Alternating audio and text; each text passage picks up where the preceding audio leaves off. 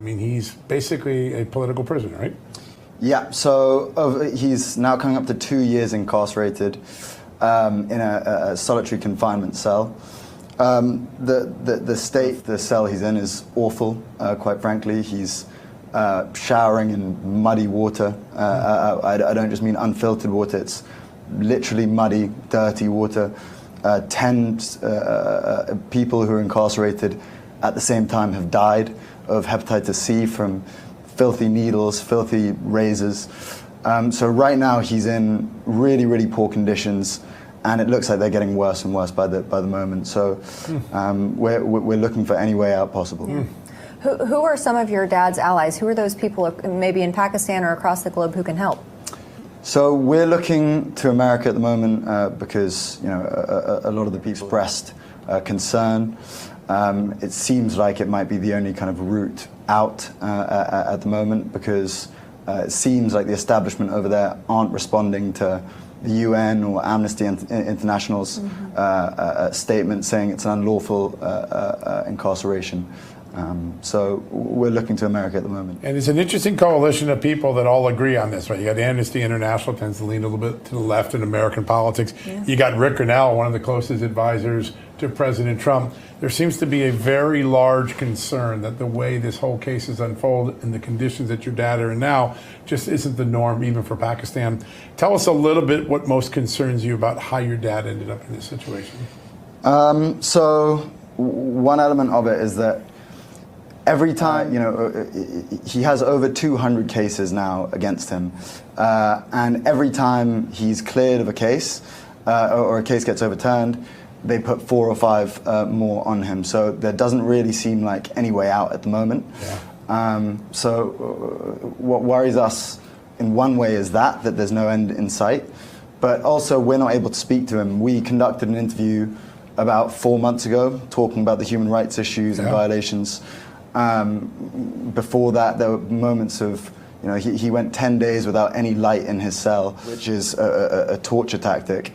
And so we spoke out about it on an interview with Marion Naufel, and as a result of that, they doubled down.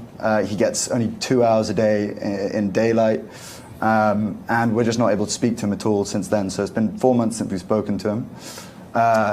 As well as that, the doctors aren't able to go and visit him. It's been 8 months since he's seen his own personal doctor, and the current doctors have allowed 10 people to die only in the past 2 weeks. So we're naturally very concerned. Yeah.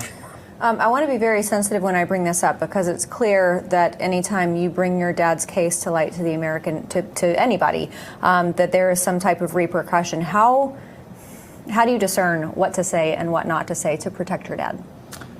I mean, I'm no politician. I'm not looking to be a politician. I'm just here looking to get him out of jail. From a personal perspective, obviously from a selfish perspective, I want to see him again. It's been 2.5 years since I saw him. I last saw him after he was shot 3 times. There was an assassination attempt, and very soon after he was put in a jail cell, which, as I've just told you, isn't the most hygienic. So I don't necessarily, I'm not media trained, I don't know exactly what to say, what I shouldn't say.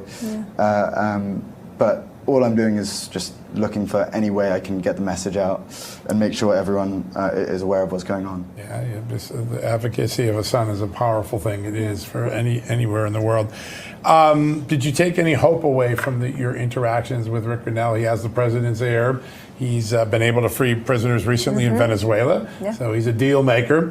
What did you take away from that meeting, and what do you think is possible for the Trump administration to do?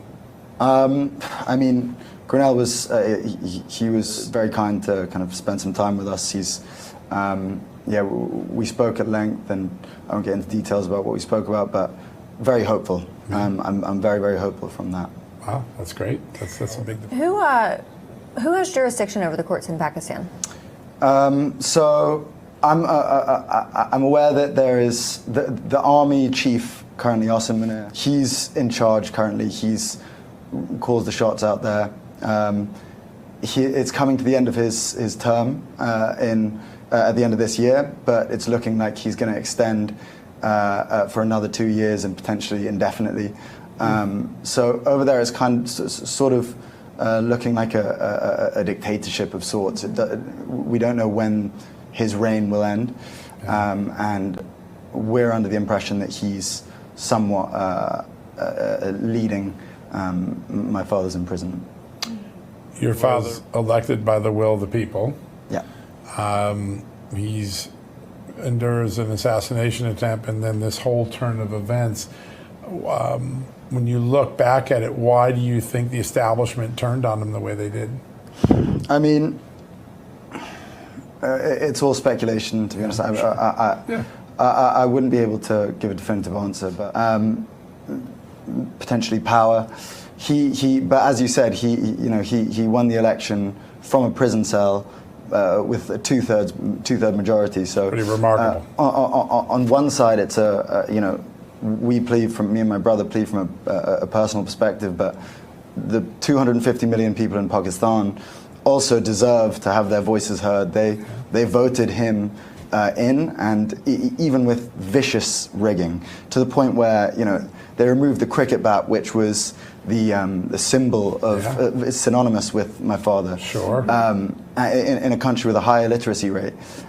Days before the election, they turned off the power the day of the election, right. So there was no internet connection. The amount of underhand tactics they used before the election to rig it against his favor. And still they win. Yeah, and still he managed to win. Yeah. But they should be heard as well, the people of Pakistan as well as us.